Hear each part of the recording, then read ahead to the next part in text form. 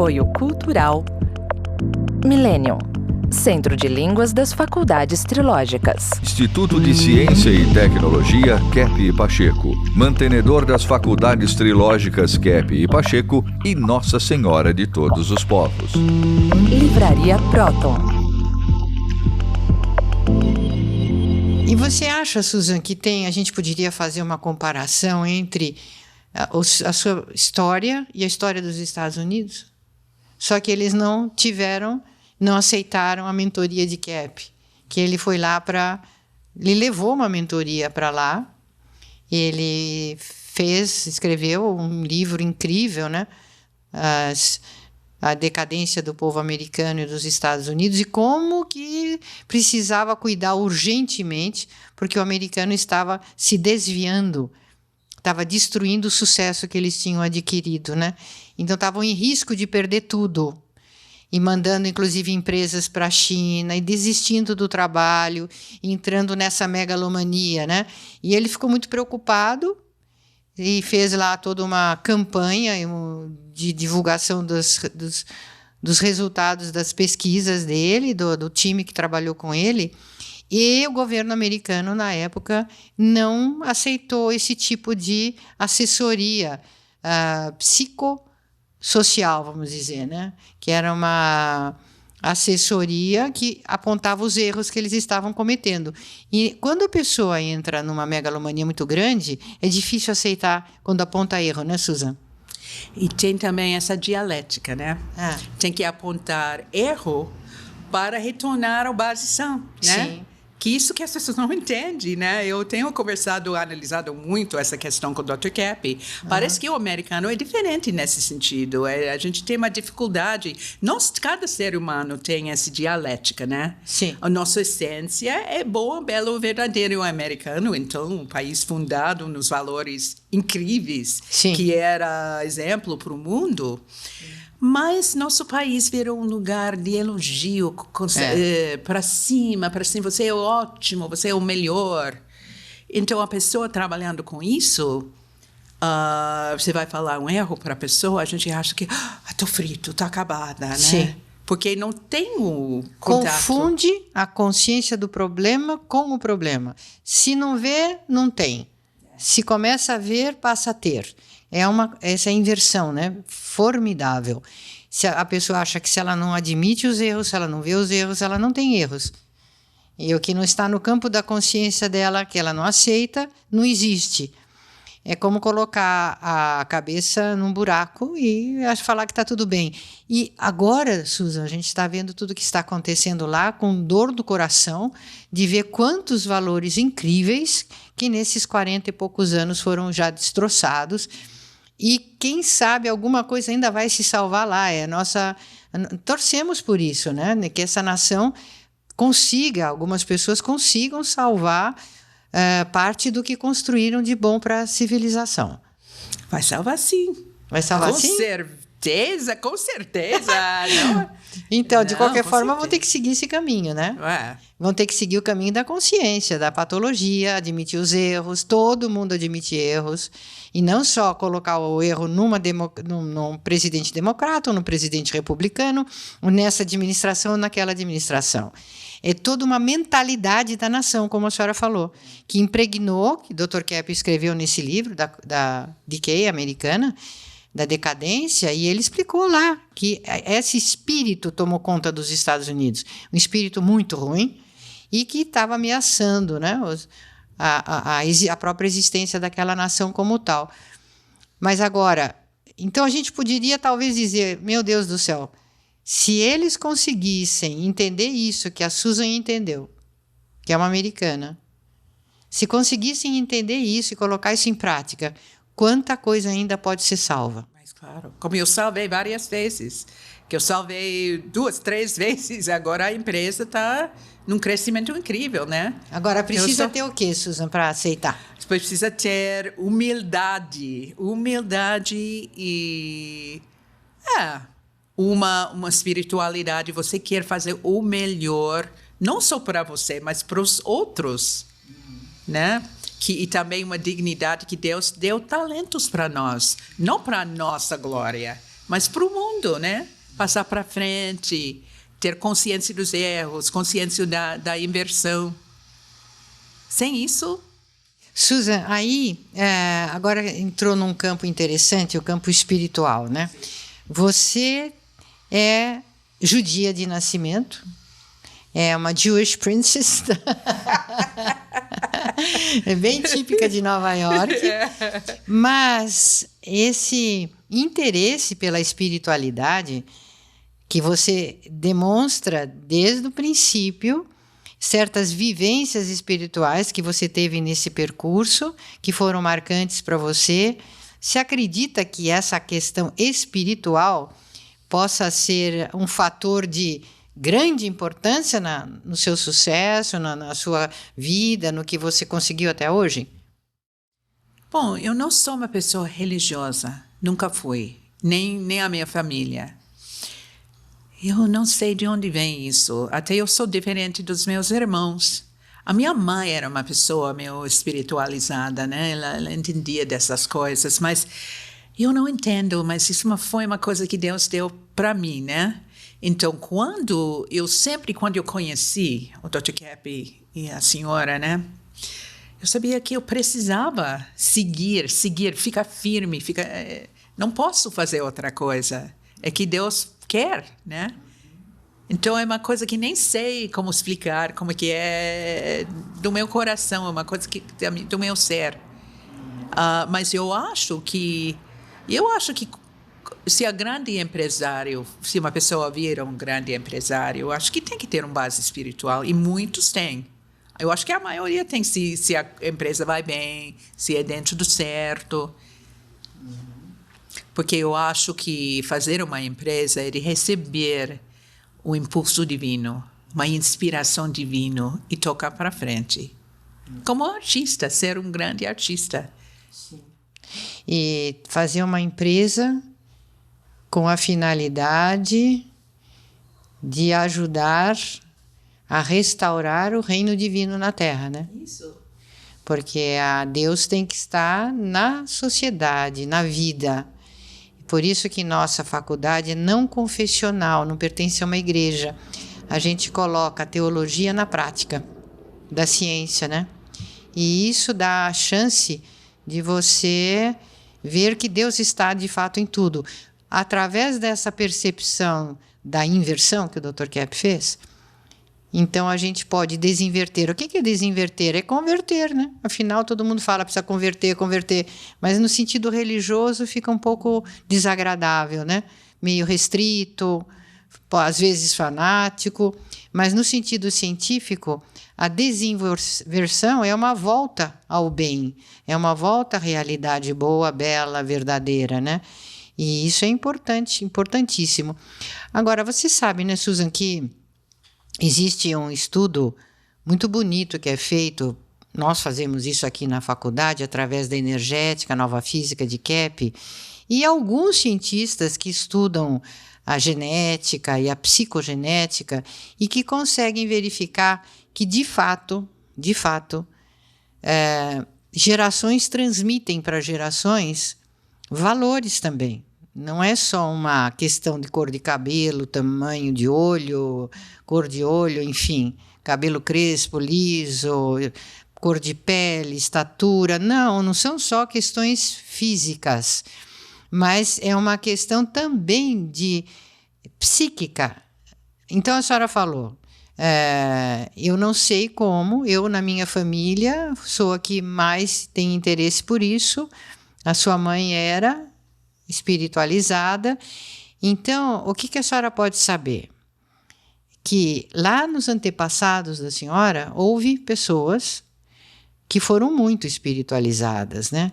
E que transmitem através da psicogenética dos genes, fica ali, mesmo que fique de uma forma meio recessiva, aquilo pode se manifestar e virar um gene dominante, dependendo das circunstâncias de vida, ambientais, sociais e até espirituais, que aquilo se desperte naquela pessoa.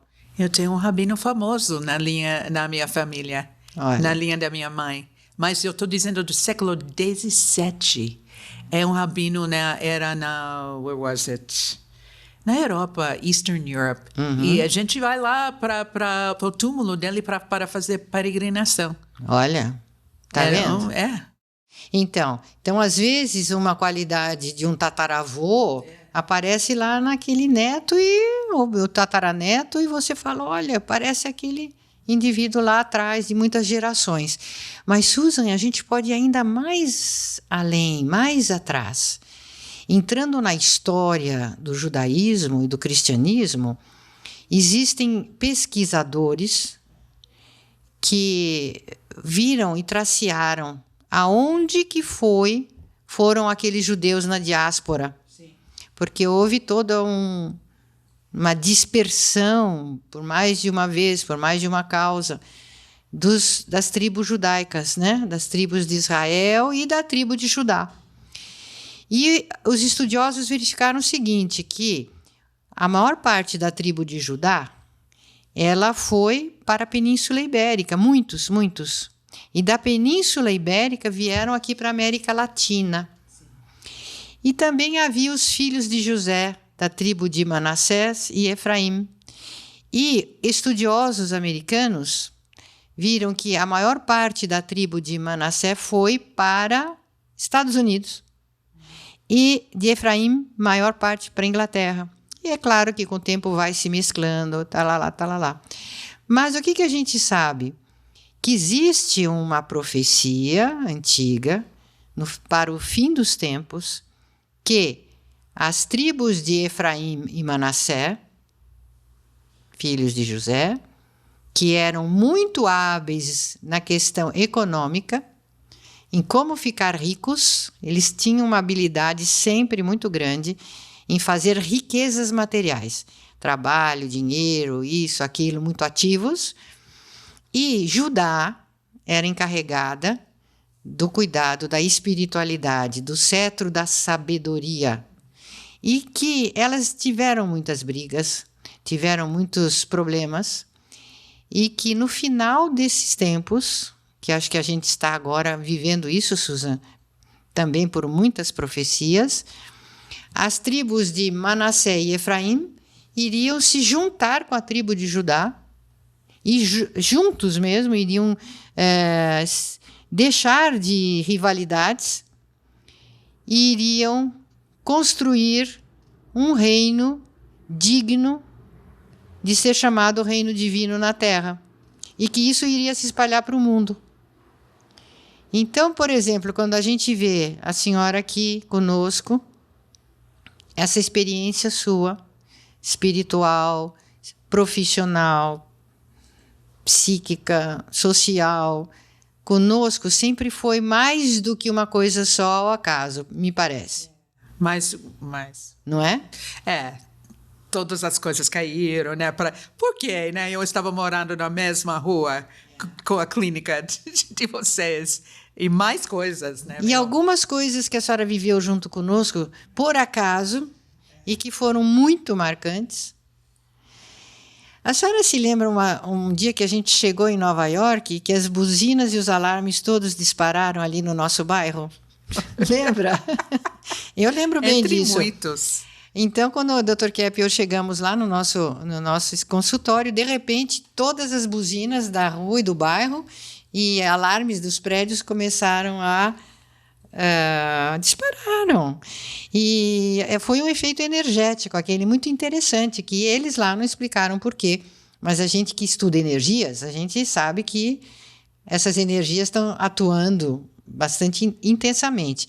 E uma das vezes que a senhora estava indo conosco, nos acompanhando para gravar um programa de televisão, de Integral Psychoanalysis, que a senhora também fazia parte do programa, host, e fazia entrevistas nas ruas de Nova York com o povo. Nós temos algumas gravações da senhora entrevistando o povo de Nova York, né? Sobre justamente os problemas da decay, né, da decadência, se eles tinham noção do que estava acontecendo. E eles falavam, what? Que você está falando? It's the 80s, Reaganomics, estamos numa boa, imagina, não tem problema. Tudo maravilhoso. E hoje todo mundo vê o que aconteceu. Todo mundo sabe. Né? Todo mundo sabe hoje. Hoje não dá mais para negar, infelizmente. Mas na época, esses programas, Susan, são históricos. Uma maravilha o registro histórico da situação psíquica dos americanos naquela época, como eles estavam fora, alienados, totalmente alienados, e o que fizeram com eles. Parece uma programação para destruir os Estados Unidos e o povo americano. Muito triste isso. This might be a good point for us to take a look at the video that we made yesterday. We went out and we did some interviews with people on the street, and we asked them what they thought about the decay of the United States.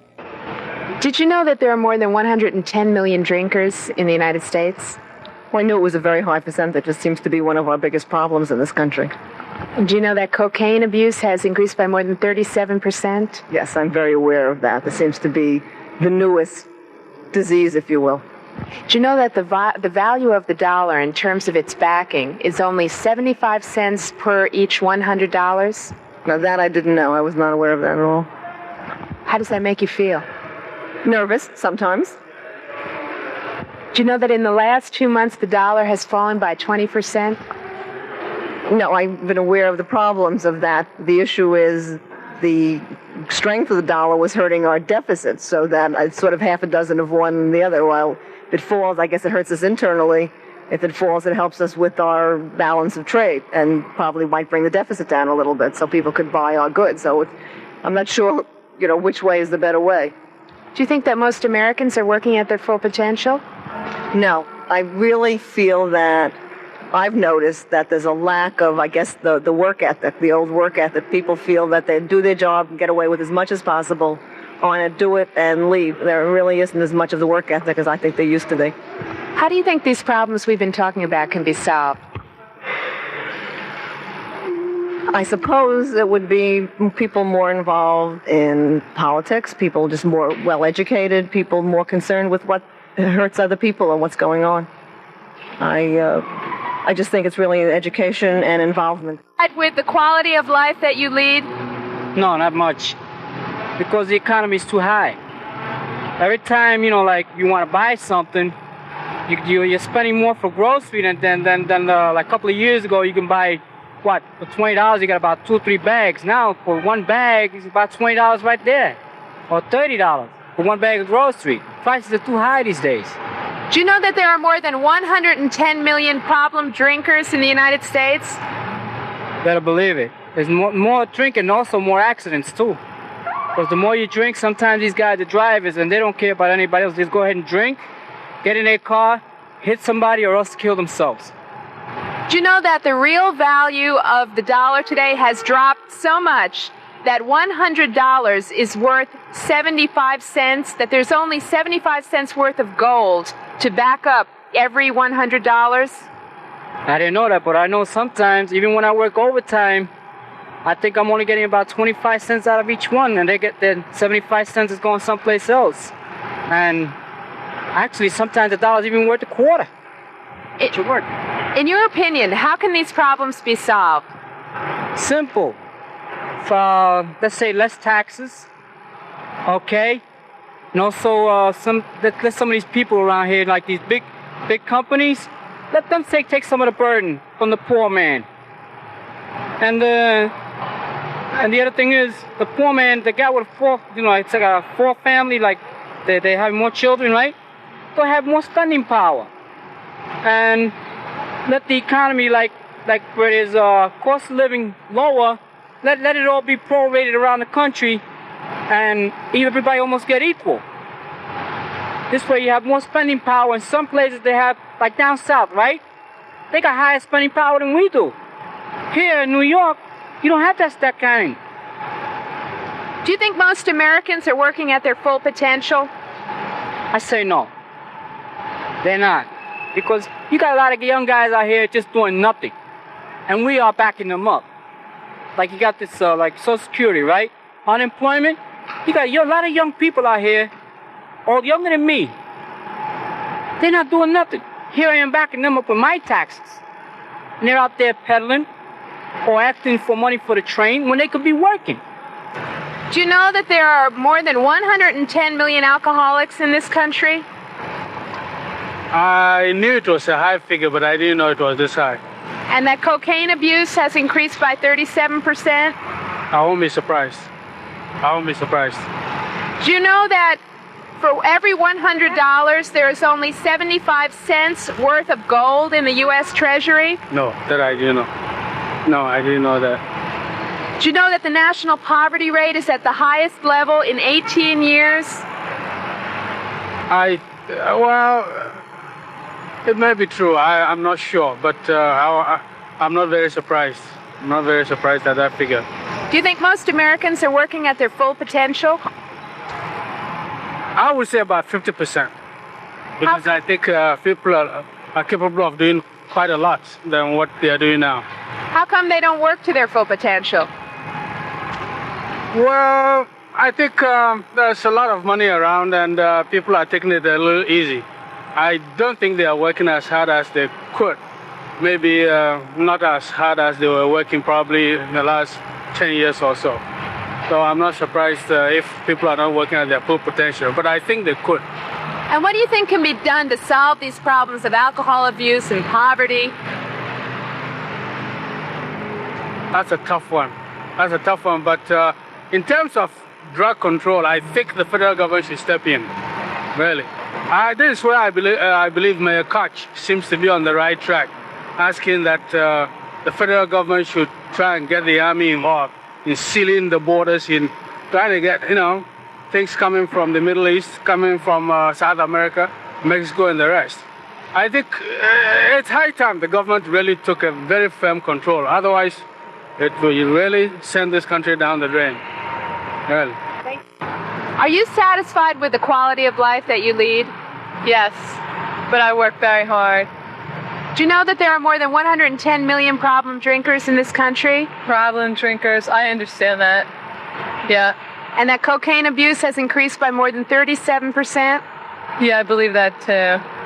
Are you talking about severe abuse, though? You're talking about severe, like alcoholics and drug addicts, right? Yeah. So this is very different. Most of these interviews, people agreed that the United States is in decay, yet the polls that we read in the newspapers tell us that optimism has never been higher in the U.S. Yeah.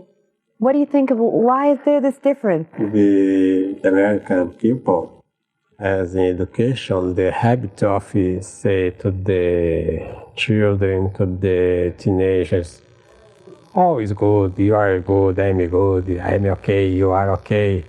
This is praise. It's very bad to the young people, because Thomas More said the way to the craziness is praise the other people. It's very important, the American perceive that the consciousness of the decay is mainly the first step in order to solve the problem of this country. Agora vamos lembrar de uma vez que a gente estava indo, era a senhora, eu, o Dr. Kepp, o Perti Simula era também? A gente ia de metrô. Nós íamos de metrô para Cable TV, né? Que é o estúdio do TV. E aí nós olhamos para o céu e estava uma lua muito bonita, cheia, e o que nós vimos na lua? Cruz. Uma cruz. Mas não cruz. Quando tem uma coisa aqui, coisa do Espírito Santo, né? Onde saem as faixas, né? Eu falei, olha. Era uma cruz de pó dourado, perfeita. Perfeito. Tinha até assim, não é como reflexo de câmera. Não. Era assim, tinha a lua no meio. Mas é como madeira, só que era perfeita. Uma cruz de pó de ouro no céu, e a lua era o centro dessa cruz. E como é representado o Espírito Santo, né? É assim, exatamente assim. E cruz sempre lembra um trabalho de Cristo com certo sacrifício, porque cruz é um sacrifício. Eu fico arrepiada, meu Deus. E nós fizemos bastante sacrifício lá para poder ajudar os Estados Unidos, né? A senhora sabe disso. Mas foi muito linda aquela noite. Um sinal de Deus, como que dizendo, olha, vocês estão aqui fazendo o meu trabalho, eu estou aqui junto com vocês. Então, atrás de toda essa ciência, de toda essa prática, da Faculdade Trilógica, da Sociedade Internacional de Trilogia Analítica, de cursos, inúmeros cursos, e trabalho no exterior e na Europa, né? Existe essa base espiritual muito linda e que algumas pessoas viveram conosco e a senhora viveu em algumas vezes também. Por isso que eu estou aqui. Por isso, eu acho que é por isso mesmo, Susan. 40 anos. Acho que é por isso mesmo. Eu não perco a oportunidade de vir para o Brasil. Todo ano, pelo menos 2 vezes, está aqui com a gente, né? Com seus amigos. E não só online sempre, toda semana, né? Todo mundo, a gente queixa do online, mas isso facilita. E sabe, estão vindo americanos, sim. Nosso curso de gestão de conflitos, nós somos 7 americanos. Oba. Os alunos meus, né, de locução, eles vêm, né? Eu faço cursinhos, né, para eles virem. Agora nós temos o Congresso Internacional de Trilogia Analítica. E a senhora está aqui, vai fazer a sua conferência aqui com os americanos que moram aqui, o canadense, Richard Jones, o Gilbert Cambucci, que são americanos e canadenses. E estão vindo mais também outros americanos, como Leonard Burke. E né? A Nela. Então, estão vindo outros americanos para vocês lá na sede da Faculdade de Cambuquira. Vocês vão, então, ter alguns dias de congresso, de troca de experiências e de ciência, e de espiritualidade, de amizade, né? Que é muito agradável. Então, você seja sempre welcome, Susan. E eu queria que as mulheres que estão nos ouvindo, e homens também, claro, percebam que ser um empresário de sucesso tem alguns ingredientes fundamentais. E esses ingredientes fundamentais estão dentro desta escola de psicossociopatologia ou de psicanálise integral, desenvolvida pelo Dr. Kepp. E quem faz esse tipo de acompanhamento terapêutico, a maior parte, Susan, se dá bem profissionalmente. A maior parte se dá bem profissionalmente. E as mulheres acabam também se encorajando, porque muitas ficam, não, aposentou, ou então sempre fui dona de casa, ou então não tenho coragem. Tem sim. As mulheres trilógicas podem mostrar muito da sua competência com esse espírito trilógico. Thank you, Susan. Obrigada, Susan, por estar aqui. Obrigada. E seja sempre bem-vinda. Senhora, obrigada.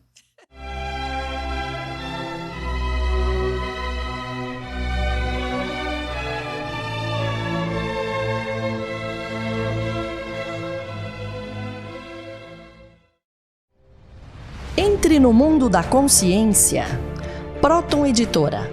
Mais de 44 anos publicando os livros de Norberto Kepp, psicanalista e cientista brasileiro, o mais original escritor contemporâneo do mundo, segundo o Centro de Pesquisa Científica Nacional da França. A cura para as doenças psíquicas, orgânicas e sociais. As descobertas da nova física e a tecnologia inovadora, premiada internacionalmente. A verdadeira espiritualidade. A desinversão do ser humano e da sociedade. Livros de ciência, filosofia e espiritualidade em 9 idiomas. Próton Editora. Abrindo as portas para um novo mundo.